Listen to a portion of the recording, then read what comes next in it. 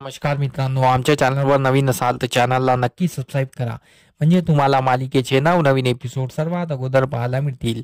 तर तुला शिकवीन चांगलाच धडा या मालिकेमध्ये खूप असा इंटरेस्टिंग एपिसोड आपल्याला बघायला मिळणार आहे. तो असा की अक्षरा घर सोडून जात असते.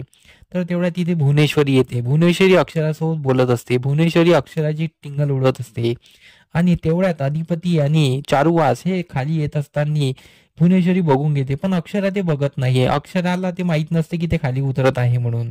तर भुवनेश्वरी त्यांच्याकडे बघते आणि आपला डाव चालवणं चालू करते आणि बोलते अक्षराला, मला माफ करा सुनबाई, आणि तुम्ही घर सोडून नको जा, अशी ती विनवण्या करत असते. म्हणजे किती लवकर ती भुवनेश्वरी रंग बदलते.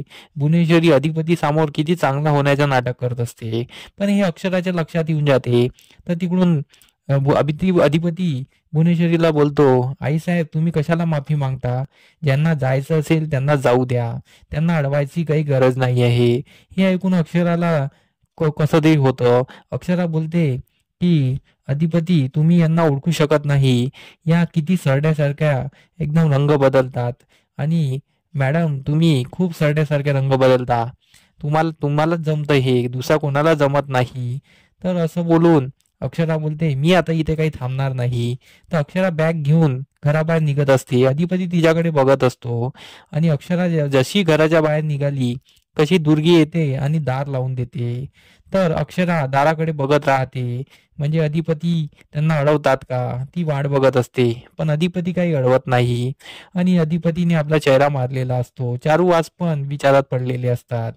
तर आता हे पाहणं रंजक ठरणार आहे की अक्षरा आणि अधिपती हे वेगळे होऊन परत एकत्र येणार का, की यांचा दुरावा अजून वाढत राहील आणि भुवनेश्वरी जिंकेल. त्यासाठी आमचे एपिसोड बघत राहा.